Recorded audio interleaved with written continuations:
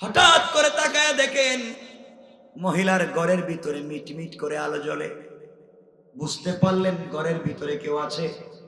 হঠাৎ করে দেখেন একটা লোক গভীর রাত্রে ঘর থেকে দরজা খুলে বের হয়ে চলে যায়।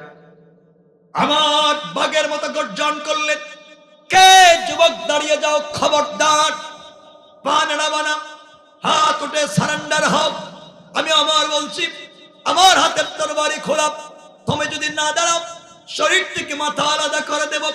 দাঁড়িয়ে যাও, খবরদার, পা নাড়ানো যাবে না। যুবক চিন্তা করেছে বাঁচবার কোনো পথ নাই, আমার তো নাঙ্গা তরবারি নিয়ে দাঁড়িয়ে আছে। হযরত আমার তরবারি হাতে নিয়ে সামনের দিকে যেতে লাগলেন। চিন্তা করে দেখেন একটা যুবক সামনের দিকে হাত উঠে দাঁড়িয়ে আছে। হযরত আমার বাঘের মতো গর্জন করতে লাগলেন, হুঙ্কার দিতে লাগলেন, কে তুমি? 4 দিন পর্যন্ত আমাকে কাজ করতে দিলে না, আমার দায়িত্ব তুমি কে আদায় করেছ? আমাকে বিপদগ্রস্ত করেছ, আবু বকরের কাঠ গড়ে আমাকে দাঁড় করিয়েছ, আল্লাহর কাঠ গড়ে অপরাধী বানিয়ে দিয়েছ। কে? দাঁড়িয়ে যাও, খবরদার, পা নাড়াবা না, আমি ওমরের হাত থেকে কেউ বাঁচতে পারবে না। হযরত ওমর তরবারি উঠাইয়া যখন চিৎকার করে করে সামনের দিকে যেতে লাগলেন, যুবকের সামনে পৌঁছে গেলেন। যুবকের সামনে দাঁড়াইয়া পা থেকে মাথা পর্যন্ত একবার দেখলেন, নিজেকে আর সামলিয়ে রাখতে পারলেন না, ধরল, হাত থেকে তরবারি পড়ে গেল। চিৎকার করে কাঁদতে লাগলে, আর তাকায়া দেখে সে আর কেউ না, তার সামনে যেই যুবক হাত উপর দিকে উঠে সারেন্ডার হয়ে দাঁড়িয়ে আছে, সে মদিনার আর কেউ না, তিনি হলেন রাসূলের প্রিয় কলিজার টুকরা সাথী, মদিনার রাষ্ট্রের প্রেসিডেন্ট হযরতে আবু বকর। আল্লাহু আকবার বলে, খলিফাতুল মুসলিমিন, আমিরুল মুমিনিন হযরতে আবু বকর সিদ্দিক রাদিয়াল্লাহু তাআলা আনহু মদিনা রাষ্ট্রের যখন খলিফা, প্রেসিডেন্ট, হযরতে আবু বকর রাদিয়াল্লাহু তাআলা আনহু একদিন বসে আছেন। প্রধান বিচারপতি হযরতে ওমর বসে আছেন।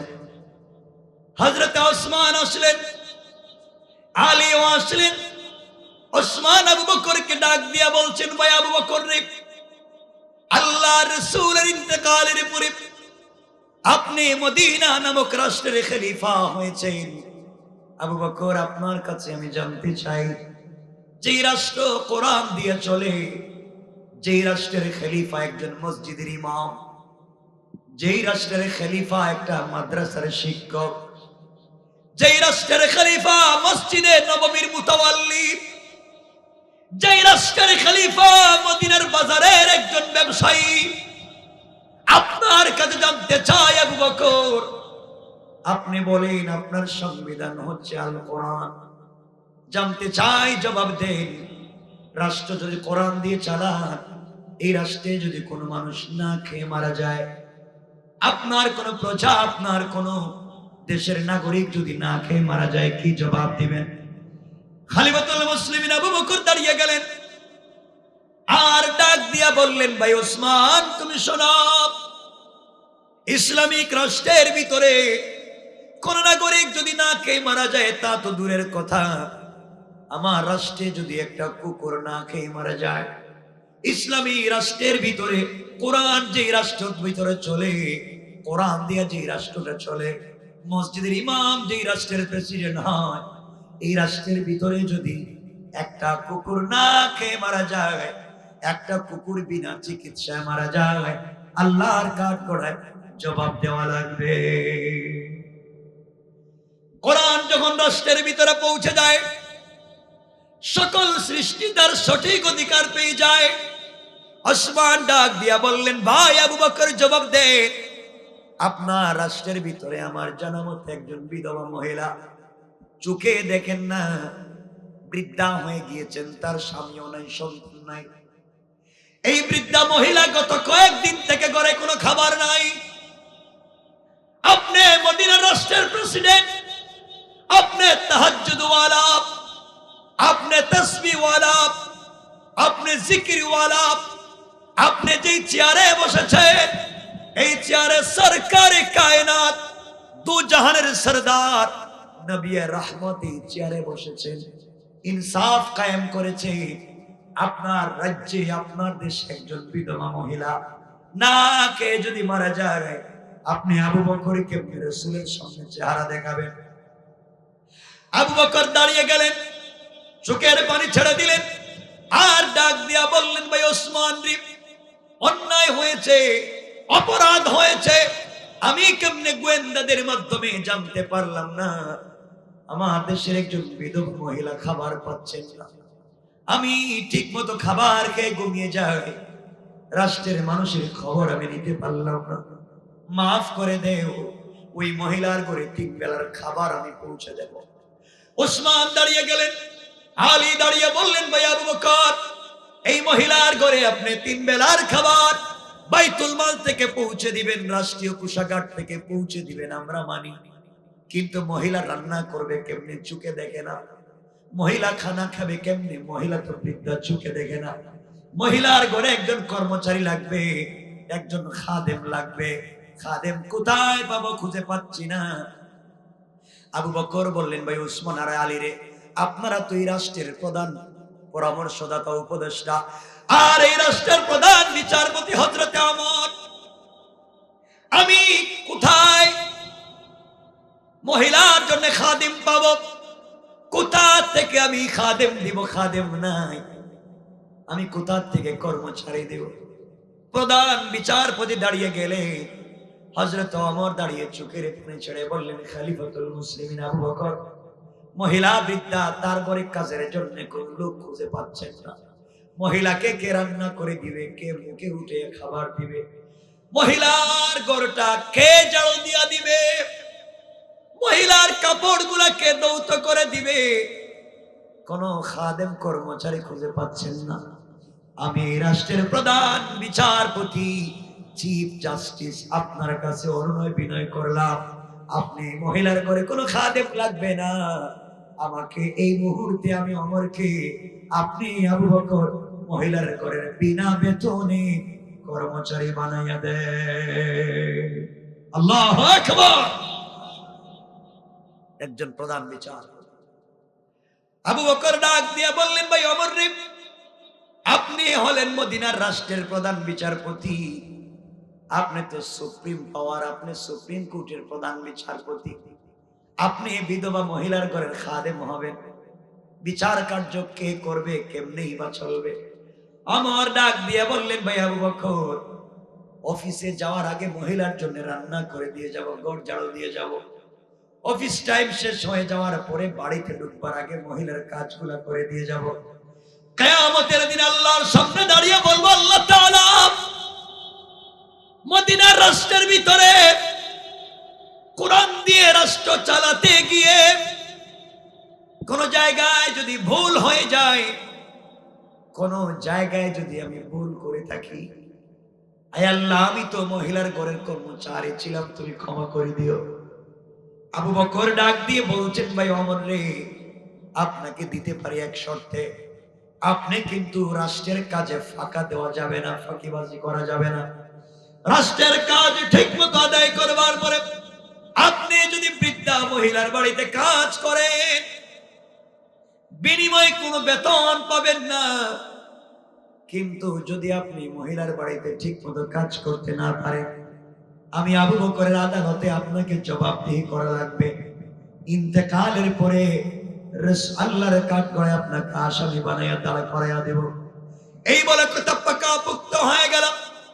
আমার বললেন, ভাই আবু বকর, আগামীকালকে সকাল থেকে আমি মহিলার ঘরে কর্মচারীর কাজ করে দিও। এই বলে সবাই চলে গেলেন। সকালবেলা ফজরের সালাত আদায় করে হযরতে ওমর অফিসে যাওয়ার আগে মহিলার বাড়িতে চলে যাচ্ছেন। একজন প্রধান বিচারপতি বিধবা এক নারীর বাড়িতে যাচ্ছেন কাজ করে দেওয়ার জন্য, ঘর ঝাড়ু দিয়ে দেওয়ার জন্য, কাপড় ধৌত করার জন্য। মহিলার ঘরের সামনে দাঁড়িয়ে গেলেন আর ডাক দিয়া বললেন, মা, ঘরে কে আছে? দরজা খুলে দেন, আমি আপনার ঘরের কর্মচারী। খলিফাতুল মুসলিমিন আবু বকর আমাকে কর্মচারী বানিয়ে পাঠিয়ে দিয়েছেন। আপনার রান্নার প্রয়োজন হলে আমি রান্না করে দেব, আপনার যে জিনিসের প্রয়োজন আমি করে দেব, আমাকে বলেন। ঘরের ভিতর থেকে বৃদ্ধা মহিলা ভাঙ্গা গলায় বলতেছে, বাবারে কে তোমাকে আমি চিনতে পারলাম না।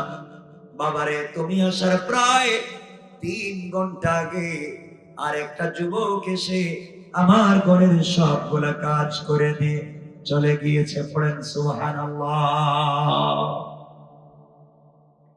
আমার আশ্চর্য হয়ে গেলেন, দায়িত্ব আমার, আমি এই ঘরের কর্মচারী, আবু বকর আমাকে কর্মচারী বানিয়ে পাঠিয়ে দিয়েছে, কে এই কাজগুলা করে দিয়ে গেল? সারাদিন অফিসে বসে চিন্তা করলেন কে কাজ করলো। বন্ধুগণ, বাড়িতে পৌঁছে যাওয়ার পরে টেনশন করলেন, চিন্তা করলেন আজকের দিনে ফজরের নামাজের আগে আমি পৌঁছে যাব। নামাজের আগে আগে পৌঁছে যাই, গিয়ে দেখি কি হয়েছে।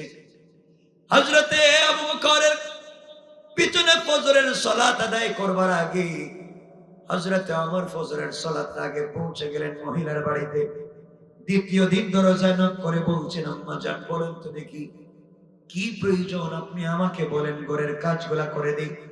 ঘরের ভিতর থেকে মহিলা জবাব দিচ্ছেন, বাবারে কে তোমাকে চিনতে পারলাম না, আজও তুমি এসেছো কাজ করবার জন্য। বাবা তুমি আসার প্রায় 2 ঘন্টা আগে আরেকজন যুবক এসে আমার ঘরের সবগুলা কাজ করে দিয়ে চলে গিয়েছে। পড়েন সুবহানাল্লাহ। আমার আশ্চর্য হয়ে গেলেন, 2 দিন আমি আমার দায়িত্ব ব্যর্থ হয়ে গেলাম, দায়িত্ব ঠিক মতো আদায় করতে পারলাম না, কি জবাব দিব আল্লাহর আদালতে? আবু বকর জিজ্ঞাসা করলে কি জবাব দিব? তৃতীয় দিন চিন্তা করলেন, আজকে আমি চলে যাব ফজরের সালাতের আগে তাহাজ্জুদের সময়, গিয়ে দেখি তো কি হয়। হযরতে ওমর তৃতীয় দিন পৌঁছে গেলেন, ঘরের দরজার সামনে দাঁড়িয়ে তাহাজ্জুদের সালাত আদায় করে পৌঁছে গেলেন। গে ডাক দিয়ে সালাম দিয়ে বলছেন, আম্মা জান আপনি বলেন মা, আপনার ঘরে কি করা লাগবে? আমি এসেছি আপনার ঘরের খাদেম। মহিলা ঘরের ভিতর থেকে জবাব দিচ্ছে, বাবারে এই গভীর রাত্রে আমার সবগুলা কাপড় ধৌত করে ঘরটাকে মুছে দিয়ে সারাদিনের রান্না করে একটা যুবক 1 ঘন্টা আগে চলে গিয়েছে। পড়েন না সুবহানাল্লাহ। আমার আশ্চর্য হয়ে গেলেন, 3 দিন আমি আমার কাজ করতে পারি নাই, কে আমার ঘরের সবগুলা কাজ ওই মহিলার ঘরের কাজগুলা করে দিয়ে চলে যায়। আগামীকালকে চতুর্থ দিন, তাহাজ্জুদের সালাতের আরো আগে পৌঁছে যাব। এই চিন্তা করে চতুর্থ দিন তরবারি খুললেন, কুশমুক্ত করলেন, তরবারি কাঁধের মধ্যে নিলেন, তাহাজ্জুদের সালাতের আগে মহিলার বাড়ির দরজার সামনে পৌঁছে গেলেন। দরজার সামনে যখন পৌঁছে গেলেন, হঠাৎ করে তাকায় দেখেন মহিলার ঘরের ভিতরে মিটমিট করে আলো জ্বলে। বুঝতে পারলেন ঘরের ভিতরে কেউ আছে। হঠাৎ করে দেখেন একটা লোক গভীর রাত্রে ঘর থেকে দরজা খুলে বের হয়ে চলে যায়। আমার বাঘের মতো গর্জন করলেন, কে যুবক দাঁড়িয়ে যাও, খবরদার পা নাড়াবা না, হাত উঠে সারেন্ডার হও। আমি আমার বলছি, আমার হাতের তরবারি খোলা, তুমি যদি না দাঁড়াও শরীর থেকে মাথা আলাদা করে দেব। দাঁড়িয়ে যাও, খবরদার, পা নাড়ানো যাবে না। যুবক চিন্তা করেছে বাঁচবার কোনো পথ নাই, আমার তো নাঙ্গা তরবারি নিয়ে দাঁড়িয়ে আছে। হযরত ওমর তরবারি হাতে নিয়ে সামনের দিকে যেতে লাগলেন। চিন্তা করে দেখেন একটা যুবক সামনের দিকে হাত উঠে দাঁড়িয়ে আছে। হযরত ওমর বাঘের মতো গর্জন করতে লাগলেন, হুঙ্কার দিতে লাগলেন, কে তুমি? 4 দিন পর্যন্ত আমাকে কাজ করতে দিলে না, আমার দায়িত্ব তুমি কে আদায় করেছ? আমাকে বিপদগ্রস্ত করেছ, আবু বকরের কাঠ করে আমাকে দাঁড় করিয়েছ, আল্লাহর কাঠ করে অপরাধী বানিয়ে দিয়েছ। কে? দাঁড়িয়ে যাও, খবরদার পা নাড়াবা না, আমি ওমরের হাত থেকে কেউ বাঁচতে পারবে না। হযরত ওমর তরবারি উঠাইয়া যখন চিৎকার করে করে সামনের দিকে যেতে লাগলেন, যুবকের সামনে পৌঁছে গেলেন। যুবকের সামনে দাঁড়াইয়া পা থেকে মাথা পর্যন্ত একবার দেখলেন, নিজেকে আর সামলিয়ে রাখতে পারলেন না, থাকলো, হাত থেকে তরবারি পড়ে গেল, চিৎকার করে কাঁদতে লাগলে। আর তাকায়া দেখে সে আর কেউ না, তার সামনে যেই যুবক হাত উপর দিকে উঠে সারেন্ডার হয়ে দাঁড়িয়ে আছে, সে মদিনার আর কেউ না, তিনি হলেন রাসূলের প্রিয় কলিজার টুকরা সাথী, মদিনার রাষ্ট্রের প্রেসিডেন্ট হযরতে আবু বকর। আল্লাহু আকবার বলে। হযরতে আবু বকর দাঁড়িয়ে আছেন, চোখ থেকে টপ টপ করে পানি গড়িয়ে পড়ছে। আমার ডাক দিয়ে বললেন, ভাই আবু বকর, হাত নামাইয়া দেন। আপনি এভাবে দাঁড়িয়ে আছেন কেন? কেনই বা আপনি মহিলার ঘরের ভিতরে আসলেন? কেন আসেন? কেন কাজগুলা করে দিয়ে চলে যান? আবু বকর ডাক দিয়ে বলছেন, ভাই ওমর রে, তোমার আগে আমি মদিনার রাষ্ট্রের খলিফা, তোমার আগে মদিনার রাষ্ট্রকে কোরআন দিয়ে আমি চালাই। ভুল ভ্রান্তি হয়ে গেলে আল্লাহর কাছে আমাকে প্রথম জবাবদিহি করতে হবে। কেন তোমার রাষ্ট্রে একজন বিধবা মহিলার কষ্ট হয়? জবাবদিহিতার ভয় যখন আমার ভিতরে ঢুকে যায়, আমি আবু বকরের পিঠটা বিছানার সঙ্গে লাগাইয়া ঘুমাতে পারি না রে ওমর। এই জন্য আমি আবু বকর ঘুম থেকে উঠে গিয়া মহিলার বাড়ির কাজগুলা করে দিয়ে চলে যায়। আমার চোখের পানি চলে বলছেন, ভাই আবু বকর, বলেন আপনার পায়ে জুতা নাই কেন? আবু বকর ডেকে বললেন, ভাই ওমর রে, জুতা এই জন্য পায়ে দেই না, আমি তো গরিব মানুষ, আমার তো দামি কোনো জুতা নাই, কাঠের জুতা, খড়মের জুতা পায়ে দিয়ে হাঁটি। মদিনার রাষ্ট্রের আমি প্রেসিডেন্ট, রাস্তা দিয়ে যদি খড়ম কাঠের জুতা পরে হাঁটি, খটখট করে আওয়াজ হবে, মানুষের ঘুম ভেঙে যাবে, কারণ ইবাদতে বিঘ্ন ঘটে যাবে। আমার রাষ্ট্রের একজন মানুষ যদি আমার পায়ের আওয়াজে না ঘুমায়, কিয়ামতের দিন কি জবাব আমি দেব?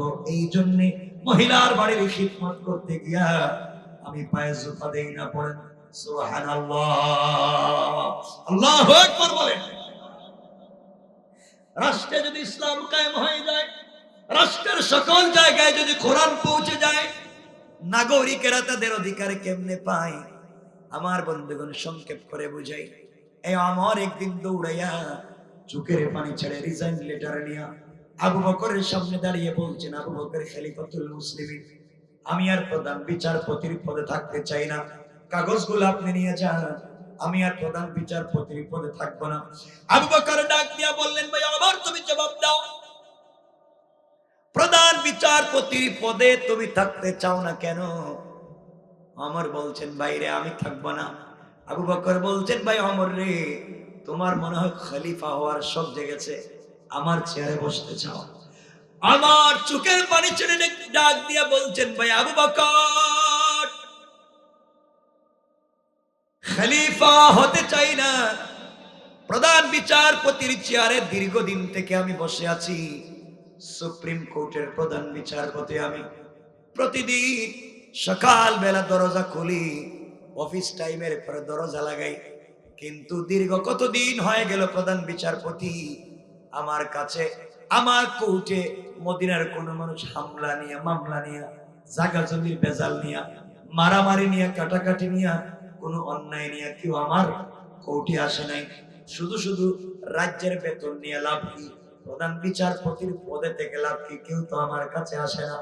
আবু বকর ডাক দিয়ে বললেন, ভাই ওমর রে, তুমি তো গরব মানুষ, হয়তো ডরে কেউ তোমার কাছে যায় না, ভয় পায়, যদি তোমার কাছে যাও তুমি মেরে ফেলবে, এই জন্য কেউ যায় না।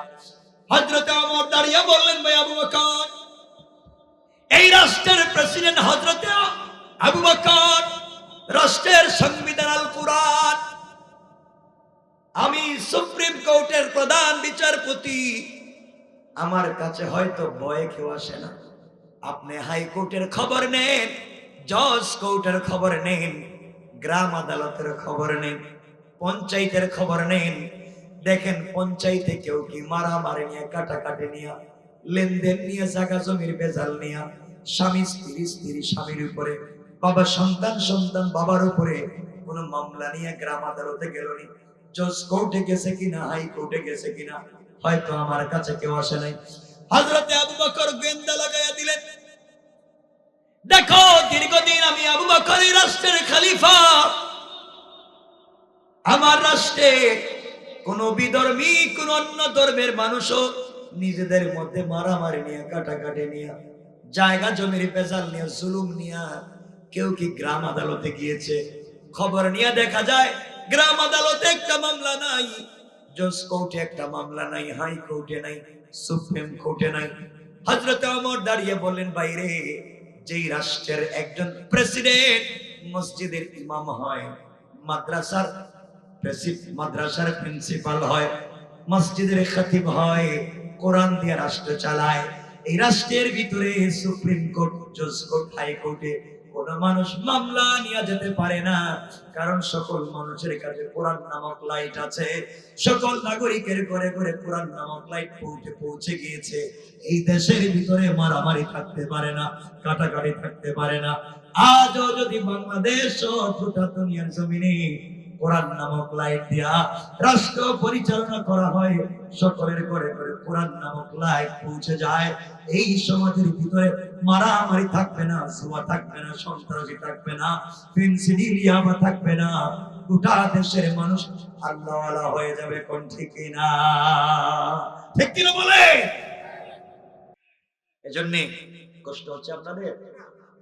রাত্র 11টা হইছে, আমি কি কিছুক্ষণ চালাবো? মনে হচ্ছে অসুবিধা হচ্ছে, একটু হাত দেখেন তো কার কার অসুবিধা হচ্ছে।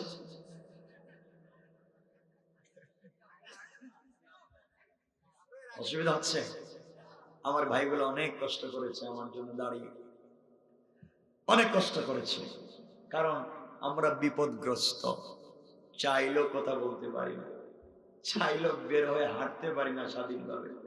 আমরা তো চোর ডাকাত না, এই দেশের চোর ডাকাত বদমাইশেরা রাজার হালতে ঘুরে, আর কোরআনের যারা কথা বলে তারা আজকে কষ্ট করে চুপে চুপে চলতে হয়। ঠিক কিনা বলে?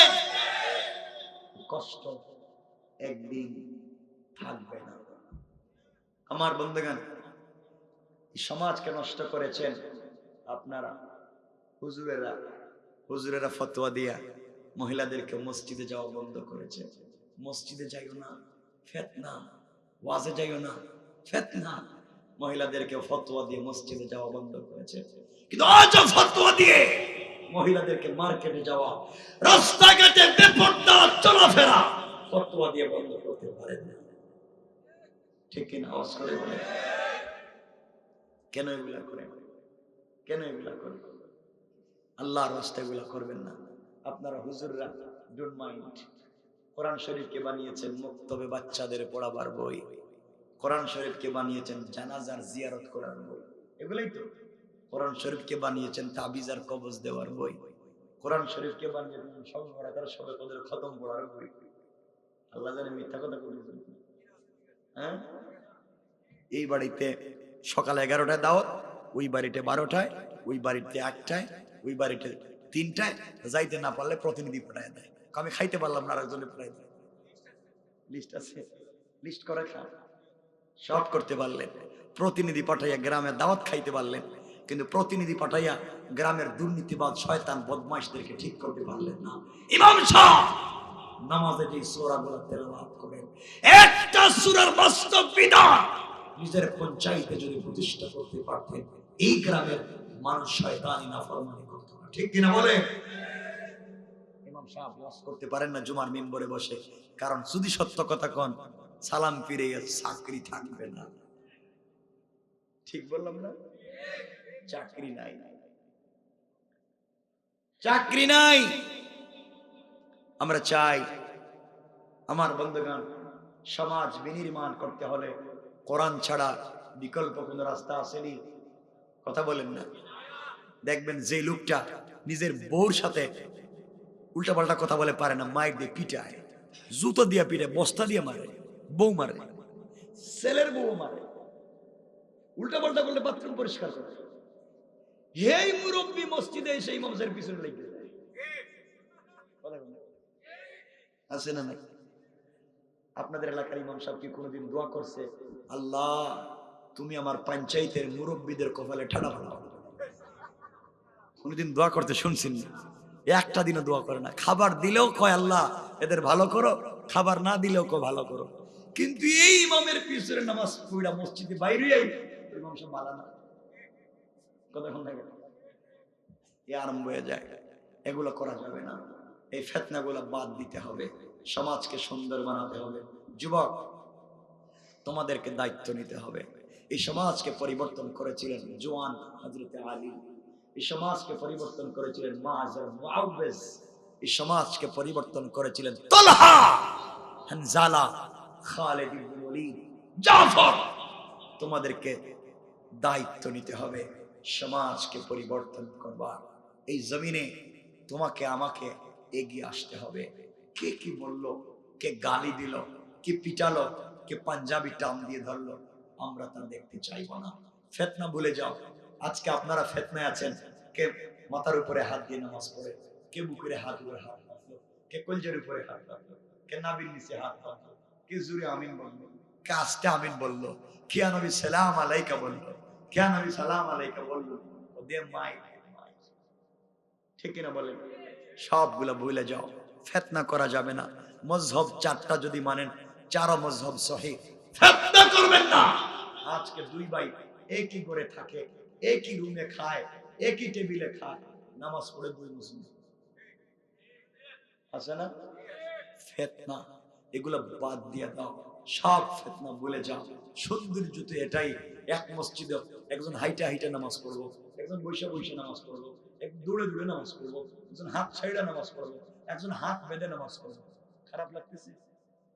মসজিদ নববীতে নামাজ পড়ছেন, যারা হজ্জে গেছেন বাইতুল্লাহ নামাজ পড়ছেন, দেখছেন কেউ হাইটা হাইটা নামাজ পড়তেছে, কেউ হাত ছেড়ে নামাজ পড়তেছে না? নাই। বলেন না কেন? নামাজের একজন সেজদায় গেছেন, মাথায় পা দিয়ে চলে যেতেছে, দম হাঁটতেছে নামাজে। আমার বন্ধুগণ, আমরা ফিতনা চাই না। আমি যা বলতে চাই শোনো, যারা এক কিবলার দিকে মুখ করে নামাজ পড়ে, যারা আমার জবাই করা পশুর গোশত খায়, তারা আমার ভাই। ফিতনা কইরো না, মারামারি করো না। হ্যাঁ, যারা ফিতনার জন্য ফিতনা করে, এদেরকে ছাড় দেওয়া যাবে না। ঠিক কিনা বলে? এই মসজিদে সবাই হাত উঠে নামাজ পড়ে, রফিয়া দান করে আল্লাহু আকবার, নামাজে নামাজে বলে রুকুতে সেজদায়। দুইজন লোক গেছে, এরা হাত উঠায় না, জোরে আমিনও বলে না। নামাজে বলে কাই তোদের বাড়ি কই, সবাই আমিন বলছে, তোরা বললাম না। এরা ভয়ের ছুটে মসজিদে বাইরে গেছে, বলে বাবা এই মসজিদে নামাজে গেলে মায়ের দিবে, আমরা আলাদা আর একটা মসজিদ করি। এই গ্রামে আর একটা মসজিদ হয়ে গেল। ঠিক বললাম না? এক মসজিদে সবাই আস্তে আমিন বলে, জোরে কেউ বলে না।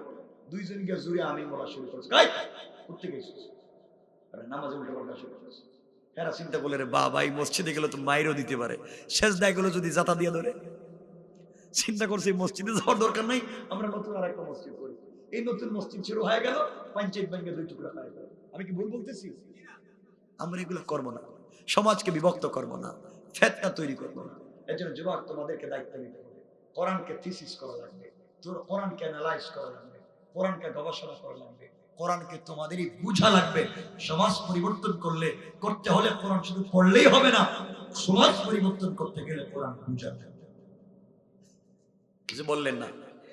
কথা বলেন না কেন? আমরা যদি আল্লাহর পথে চলে আসি, রব বলছেন কোনো টেনশন নাই। কিসের ভয় পাও? তোমরা ভয় পাও তোমাদেরকে মারবে না, তোমাদেরকে পুলিশ খুঁজতেছে, তোমাদেরকে নাকি পিটাবে, তোমাদেরকে শয়তান ডাকাতরা ঘুরতেছে মারার জন্য। আরে বোকা, টেনশনই করিস না, যা কোরআন থেকে তেলাওয়াত করবে, আমি রব থেকে বাঁচাইয়া দিব। পড়েন না সুবহানাল্লাহ। আওয়াজে মনে হচ্ছে কষ্ট হচ্ছে আপনাদের, কেমনে বাঁচাবেন সেদিকেই যাচ্ছে। কোরআন থাকলে কি হয় দেখেন। আমার মুসলমান বন্ধুগণ, গভীর মনোযোগ। আমার মুসলমান ভাইরা, আল্লাহর পয়গম্বর, আখিরি জামানার নবী, দু জাহানের সরদার নবী, নবী রাহমত রাসূল পাক সাল্লাল্লাহু আলাইহি ওয়াসাল্লাম হযরতে আবু বকরকে সাথে নিয়ে মসজিদ বাইতুল্লাহ বসে আছেন, কাবা ঘরে বসে আছেন। হযরতে আবু বকর বসা, হযরতে বিশ্বনবী সাল্লাল্লাহু আলাইহি ওয়াসাল্লাম হযরতে আবু বকরের রানের উপরে মাথা রেখে শুয়ে আছেন। রাসূল পাক কোরআন থেকে তেলাওয়াত করেন, আবু বকর রাসূলের তেলাওয়াত শুনেন, নবীজির চেহারা মুবারকের দিকে তাকায় আছেন। আমার নবী তো এমন নবী যিনি হাসলে মুখে টুল পড়ে যায়, যার চেহারার দিকে তাকালে জান্নাত ওয়াজিব হয়ে যায়, জাহান্নাম ভুলে যায়, যিনি হাসলে নাকের সামনে ঘাম জমে যায়, এই ঘামের মধ্যে মিশকে আম্বরের ঘ্রাণ হয়ে যায়, যিনি ঘামলে কপালের মধ্যে ললাটের মধ্যে ঘাম জমে যায়, এই ঘামটুকু জান্নাতুল ফিরদাউসের ঘ্রাণ হয়ে যায়। আমার নবী হযরতে আবু বকরের রানের উপরে শুয়ে আছেন, রাসূল পাক কোরআন থেকে তেলাওয়াত করেন, আবু বকর তেলাওয়াত গুলা শুনেন, নবীজির চেহারা মুবারকের দিকে তাকায়, আসমানের বিকাল বেলা সূর্যের দিকে তাকায়, তাকায়া দেখে সূর্য লাল হয়েছে, বড় চমৎকার দেখা যায়। আবু বকর মুচকি হাসতেছে, রাসূল বলছেন আবু বকরের দাড়িতে ধরে, আবু বকর হাসো কেন? আবু বকর ডাক দিয়ে বলছেন, পয়গম্বরে আরবি হাসি, আপনি আমার রানের উপরে মাথা রেখে শুয়ে আছেন, আমি আসমানের সন্ধ্যার সময়ে সূর্যের দিকে তাকাইয়া দেখলাম, সূর্যের চাইতে আপনার চেহারা মোবারক আরো কোটি কোটি গুণ বেশি সুন্দর দেখা যায়। আল্লাহু আকবার। পয়গম্বরে আরবি, আমি আপনার জন্য জীবন দিতে রাজি। আমি আবু বকরকে আপনি পাবেন, আপনার ডানে আপনার বামে, আপনার সামনে আপনার পিছনে, কেউ আপনার ক্ষতি করতে পারবে না। হঠাৎ আবু বকরের চোখ পড়েছে রাস্তার দিকে, রাস্তার দিকে তাকায়া দেখে এক বেয়াদব মহিলা, জগরাটে মহিলা, আবু লাহাবের স্ত্রী উম্মে জামিল, হাতের মধ্যে দুইটা পাথর নিছে, কাদের মধ্যে দুইটা পাথরের বস্তা নিয়েছে, আর আমার নবীকে অকথ্য ভাষায় গালিগালাজ করতেছে। উম্মে জামিল আবু লাহাবের স্ত্রী, উম্মে জামিল আমার নবীর বিআইন, উম্মে জামিল আমার নবীর চাচি। বিআইন এই জন্য বললাম, আমার নবী তার দুইটা মেয়েকে আবু লাহাবের দুই ছেলে উতবা এবং উতাইবার কাছে বিয়ে দিয়েছিলেন, এই জন্য আবু লাহাব একদিকে রাসূলের চাচা, অপর দিকে বিআই। বিআই বুঝেন? বিআই বুঝেন? বিআই বিআইন তো বুঝেন, আপনারা কি বলেন? আচ্ছা, আবু লাহাবের স্ত্রী উম্মে জামিল একদিকে আমার নবীর চাচি, অপর দিকে বিআই, হাতের মধ্যে দুইটা পাথর নিয়েছে, কাদের মধ্যে দুইটা বস্তা নিয়েছে, আমার নবীকে মারবার জন্য গালি দেয়, রাস্তাঘাটে চিল্লাইয়া বলতেছে মুহাম্মদ কোথায়, ওকে পাইলে পিটাইয়া মারতাম। বাংলাদেশে এমন কিছু নারী নেত্রী পাবেন, যখন কারো বিরুদ্ধে কথা বলে পারে না, তাদের পর্নোগ্রাফি ইন্টারনেটে ছড়িয়ে পড়ে, বাঁচবার জন্য মৌলবাদী বলে ইসলামী আন্দোলনের কর্মীদের বিরুদ্ধে মামলা দিয়ে দেয়। ঠিক কিনা বলে? এরা কারা? এই যে উম্মে জামিলের প্রেতাত্মা। আমার বন্ধুগণ, দৌড়ে আমার নবীর সামনের দিকে যায়। হযরতে আবু বকর চোখের পানি ছেড়ে রাসূল পাককে বলছেন, পয়গম্বরে আরবি, আপনার চাচি এবং বিআইন উম্মে জামিল হাতের মধ্যে পাথর নিয়েছে, কাঁধে দুই বস্তা পাথর, গালি দিতেছে আপনার বাবার নাম দিয়ে, আপনার নাম দিয়ে, বলতেছে আল্লাহ পাগল, আপনিও নাকি পাগল। পয়গম্বরে আরবি, আপনি বলে একজন মহিলা যদি আপনাকে গালি দেয়, এর চাইতে লজ্জার কিছু নাই, আপনি বলেন না আমি ওরে সাইজ করি, একটু পিটাইয়া আসি। আমার নবী বলছেন, আবু বকর চিন্তার কোনো কারণ নাই, ভয় পাওয়ার কোনো কারণ নাই, উম্মে জামিল আমাকে গালি দিচ্ছে, উম্মে জামিল আমার বিরুদ্ধে কথা বলতেছে, তুমি টেনশন করো না। আল্লাহ বলেছেন, পয়গম্বরে আরবি, আপনাকে আমি নেতা বানিয়েছি, আপনাকে কেউ যদি গালি দেয়, মারবার জন্য যদি আসে, আপনাকে ধরবার জন্য যদি আসে, ভয় পাবেন না, আপনি কোরআন থেকে তেলাওয়াত করবেন, আমি আল্লাহ কথা দিলাম বন্ধুরে, কোরআন থেকে যখন তেলাওয়াত করবেন, আমি আল্লাহ কাফের থেকে আপনাকে হেফাজতের ওয়াদা দিলাম। আমার নবী কোরআন থেকে তেলাওয়াত শুরু করে দিলেন। উম্মে জামিল দৌড়াইয়া আমার নবীর সামনে হাজির হয়ে গেল, রাসূলের চেহারা মুবারকের সামনে দাঁড়িয়ে উম্মে জামিল আবু বকরকে বলতেছে, আবু বকর বলো তোমার বন্ধু মুহাম্মদ ইবনে আব্দুল্লাহ কোথায়? সারাদিন থেকে তাকে খুঁজতেছি, মারবার জন্য পাচ্ছি না, কোথায় গেল? হাতের মধ্যে পাথর নিয়েছে, মারতে চাই। মক্কার অলিগুলি খুঁজলাম, কোথাও নাই। কোথায় গেল? আবু বকর চিন্তায় পড়ে গেলেন। আমার সামনে রাসূল শুয়ে আছেন, উম্মে জামিলের চোখের সামনে রাসূল শোয়া। আমাকে দেখে, নবীজিকে দেখে না, ব্যাপার কি? আমি দেখি আমার নবী শুয়ে আছেন, আমি তার কোরআন তেলাওয়াত নিজের কানে শুনি। উম্মে জামিল নবীজির সামনে দাঁড়িয়ে, নবীজিকে দেখেও না, তেলাওয়াত শুনে না, ব্যাপার কি? নবীজিকে যখন দেখে না, আমার বলার দরকার নাই। তিনি বললেন, উম্মে জামিল রে, মুহাম্মদ ইবনে আব্দুল্লাহকে খুঁজতেছো, খুঁজে পাও না। তুমি বাইতুল্লাহ খুঁজো, কাবা খুঁজো, খুঁজে দেখো কোথায় আছে। উম্মে জামিল পুরা মসজিদ খুঁজলো, কাবা চত্বর খুঁজলো, জমজম কূপের পাশে গেল, কোথাও খুঁজে পেল না। আবার এসে নবীজির সামনে দাঁড়ালো। দাঁড়িয়ে আবু বকরকে বলছে, আবু বকর, মুহাম্মদকে তো খুঁজে পেলাম না, কোথায় গেল? তাকে যদি আমি কোথাও পাই তুমি জানিয়ে দিবা, আঘাত করব, পাথর দিয়ে পিটাইয়া হত্যা করব। আবু বকর মনে মনে করে, পাগলের জাত তোমরা, নবীজির সামনে দাঁড়িয়ে নবীজিকে দেখোস না, আবার কেমনে পারবে? হুমকি দেয়। হুমকি দিয়ে যখন চলে যায়, দেখবে আমাদেরকে আপনাদেরকে কিছু লোক রাস্তায় হুমকি দেয়, হুজুর উল্টা পাল্টা বললেন না, ঠিক কিনা বলেন? হুমকি দিয়ে চলে যায়। চলে যাওয়ার সময় আবু বকর বিশ্ব নবীকে জড়াইয়া ডাক দিয়া বলছেন, রাসূলে পাক বলেন তো, আপনার সামনে দাঁড়িয়ে উম্মে জামিল আপনাকে দেখলো না, আমাকে দেখলো, ব্যাপার কি?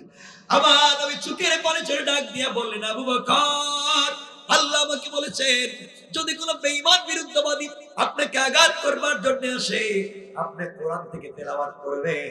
আমার আল্লাহ বলেছেন, বন্ধুরে, হিজাবাম মাসতুরা, আকাশ থেকে একটা গোপন পর্দা পাঠাইয়া আমি আল্লাহ ওই কাফের থেকে আপনাকে হেফাজতের ওয়াদা দিলাম। পড়েন সুবহানাল্লাহ। আল্লাহ বলে দিয়েছেন, গোলাম, তোমরা যদি ওই বিরুদ্ধবাদী থেকে, নাফরমান থেকে বাঁচবার জন্য কোরআন তেলাওয়াত করো, কোরআনকে বুঝো, কোরআনকে নিজের বাস্তব জীবনে প্রতিষ্ঠা করো, আমি আল্লাহ কথা দিলাম গোলাম রে, আজও আমি আল্লাহ কাফের থেকে হেফাজত করবার ওয়াদা দিলাম। পড়েন না সুবহানাল্লাহ। আল্লাহু আকবার বলেন, আল্লাহু আকবার। আমার বন্ধুগণ, আমার ভাইরা, এই কোরআনকে সাথে রাখতে পারবো তো ইনশাআল্লাহ? সবাই বলেন না, আওয়াজ করে বলেন ইনশাআল্লাহ। সবাই বলেন ইনশাআল্লাহ। আমি কোরআন শিখব, কোরআন সমাজে প্রতিষ্ঠা করব, কোরআন আইন সব জায়গায় পৌঁছে দেবার চেষ্টা করব। আমরা মারামারি করব না, আমরা ফিতনা করব না, উগ্রবাদ, জঙ্গিবাদ, সন্ত্রাস বলে জড়িত হব না, রাষ্ট্রের অবকাঠামোর বিরুদ্ধে যাব না, আমরা সাম্প্রদায়িক দাঙ্গা লাগাবো না, আমরা রাসূলের পাকের রিসালাত মানুষের কাছে পৌঁছে দেব, আল্লাহর তাওহীদ পৌঁছে দেব ইনশাআল্লাহ। বলেন না ইনশাআল্লাহ? যুবক, তোমাদের কাছে দিল থেকে দু চারটা কথা বলে আমি বিদায় নেব। এই কথাগুলো এখন শুনবা, কোরআন যদি পৌঁছে যায় মানুষ কেমন হয়ে যায়। যুবক, এই কথাগুলা মনে রাখবা, জীবন ভর এই কথাগুলা মনে রাখবা। ও যুবক, তোমাদের পায়ে ধরে বলে যাচ্ছি, যুবক ভাই শোনো, তোমাদেরকে বলছি, আমিও তো তোমাদের মতোই।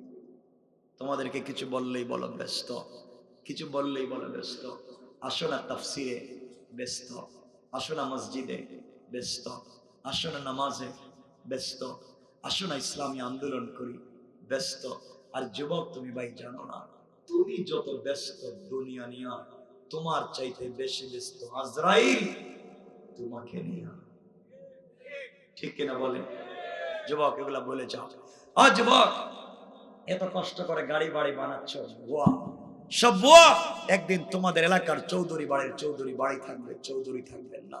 খান সাহেবের বাড়ির খান বাড়ি থাকবে, খান সাহেব থাকবেন না। এমপির বাড়ি থাকবে, এমপি সাহেব থাকবেন না। চেয়ারম্যানের বাড়ির চেয়ারম্যান বাড়ি থাকবে, চেয়ারম্যান সাহেব থাকবেন না। সওদাগরের বাড়ির সওদাগর বাড়ি থাকবে, সওদাগর থাকবেন না। একদিন লন্ডনী বাড়ি থাকবে, লন্ডনী সাহেব থাকবেন না। একদিন আমেরিকানের বাড়ির আমেরিকানি বাড়ি থাকবে, আমেরিকানি থাকবেন না। আপনার বানানো টাকায় বাড়ি থাকবে, থাকবেন না শুধু আপনি। বলেন ঠিক না? আপনি মনে করেছেন আপনি মইরা গেলে গা আপনার বউ সাদা কাপড় পরবে, নাক ফুল, কানের দুল, ব্রেসলেট সব খুলে স্বামীর সুখে কাতর হয়ে যাবে। বুকা আপনি জানেনই না, 4 মাস 10 দিন যাওয়ার পরে আপনার বউ আগে যত আলতাল খাতরা লাগাইতো এখন হিল জুতা পরে স্মার্টনেস স্যান্ডু গেঞ্জি পরেও রাস্তা ঘুরতে পারে। ঠিক কিনা বলেন? আপনার ছেলেগুলা হয়তো কানাডা, আমেরিকা, সুইডেনে আজীবনের মতো ওখানে তারা স্থায়ী হয়ে যাবে। আপনি বাসটারের চিপায় লাশটা কবরস্থান থাকবে, একদিন আইসা ওইখানে যাবে। কথা বলেন ঠিক কিনা? যুবক, তুমি নাকি বড়লেখার বাজারের সব থেকে বড় ব্যবসায়ী, তুমি মৌলভী বাজারের সব থেকে বড় ব্যবসায়ী, তোমার কানাডায় বাড়ি আছে, তোমার ব্রিটেনে বাড়ি আছে, তোমার টাকা আছে। যুবক, জানো না তোমার নাকি সাপোর্টিং লেটার এসেছে, তুমি নাকি আমেরিকা চলে যাইবা, তুমি নাকি কানাডা চলে যাইবা। আল্লাহ, যুবক শোনো, সারাদিন বিজনেস করেছো, লক্ষ লক্ষ টাকা বিজনেস করে টাকাগুলো তোমার ক্যাশের বাক্সে রেখেছো, এরপরে টাকা গুনতে গিয়েছো। এই সারাদিন ব্যবসা করতে জোহরের নামাজ পড়ো নাই, আসরের নামাজ পড়ো নাই, মাগরিবের নামাজ পড়ো নাই, ইশার নামাজ পড়ো নাই, শুধু ব্যস্ত আর ব্যস্ত, শুধু ব্যস্ত বিজনেস নিয়ে, টাকা নিয়ে ব্যস্ত।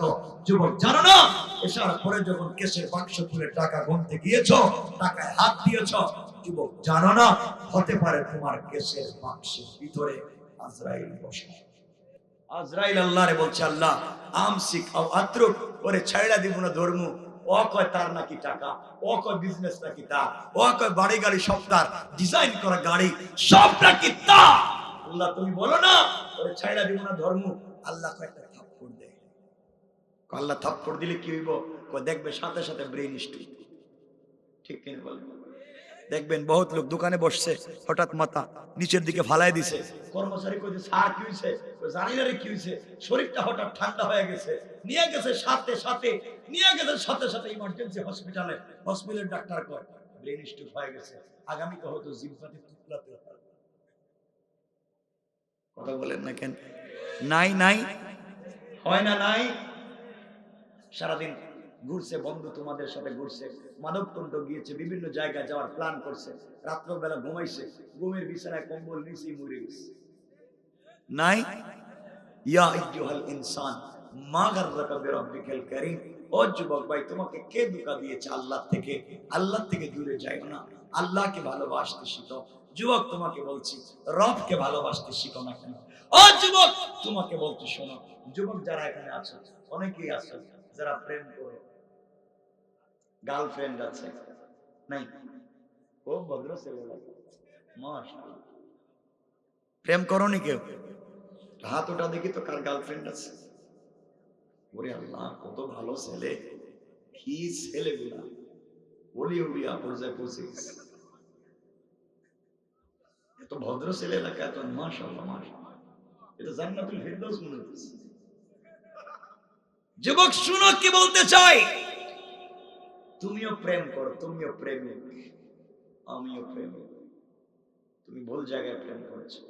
যুবক, তোমার নাকি প্রেমিক আছে, তোমার গার্লফ্রেন্ড, তার চামড়া অনেক সুন্দর ডিজাইন করা, তার হাসি বিউটিফুল, তার চেহারা স্মার্ট, তার চোখ আর নাক দেখলে তুমি কুত্তার মতো রাস্তা দিয়ে দৌড়াও। তার কথা শুনবার জন্য সারা রাত না ঘুমিয়ে থাকো, তার সঙ্গে সারা রাত টেলিফোনে কথা বলো। ও যুবক, তুমি তোমার গার্লফ্রেন্ডের সঙ্গে সম্পর্ক করে বিদেশে 30 বছর কাজ করে সারা টাকা ওর পিছনে খরচ করছো। বড় লেখা বাজারে বিজনেস করে রাত্রবেলা চুপি চুপি তার বাড়িতে খরচ পাঠাইছে। ঠিক? তুমি প্রেম করে এই মেয়ের সাথে সম্পর্ক করতে গিয়া মা বাবার সঙ্গে খারাপ ব্যবহার শুরু করেছো, নিজের ভাই বোনকে দেখতে পারো না, নিজের মা বাপকে দেখতে পারো না, নিজের আত্মীয় স্বজনকে দেখতে পারো না, পড়ালেখায় লাল বাতি জ্বালাইছো।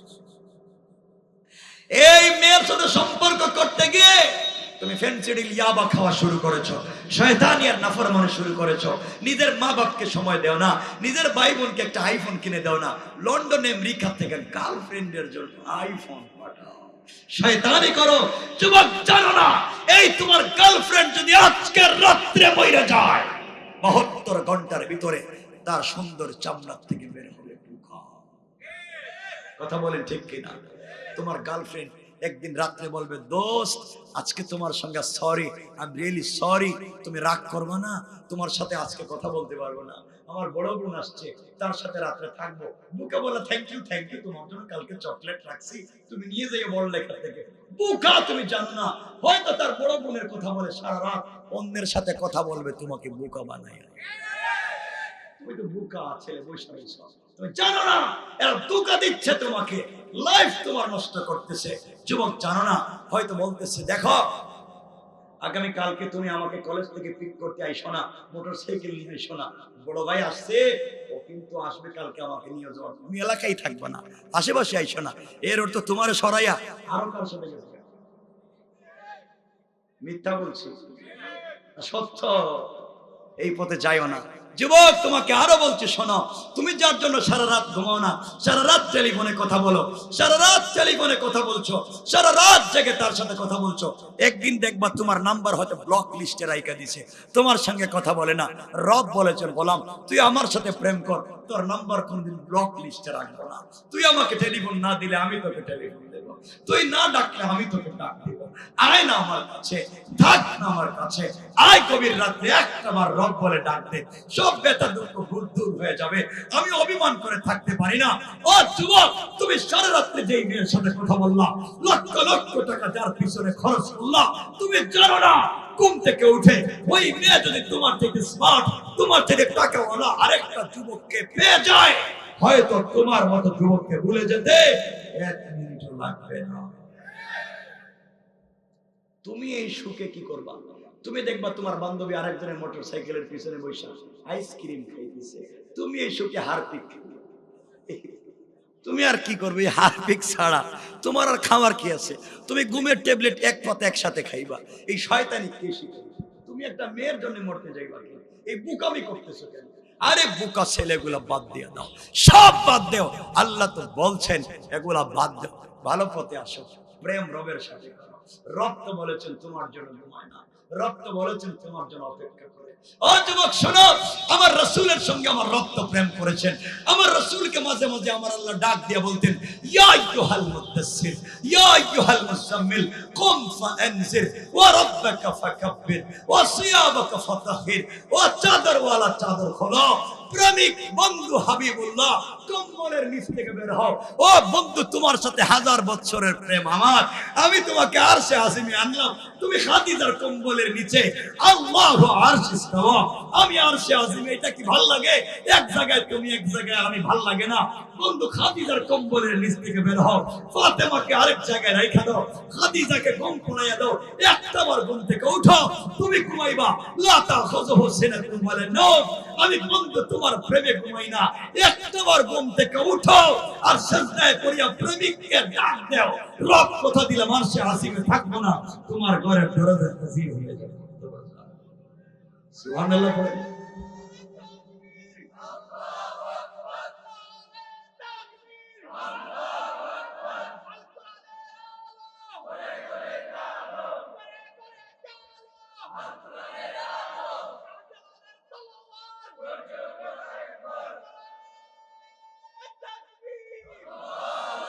আমার বন্ধুগণ, সেই রব তোমাকে ডাকতেছে, রাসূল তো ডাক দেন।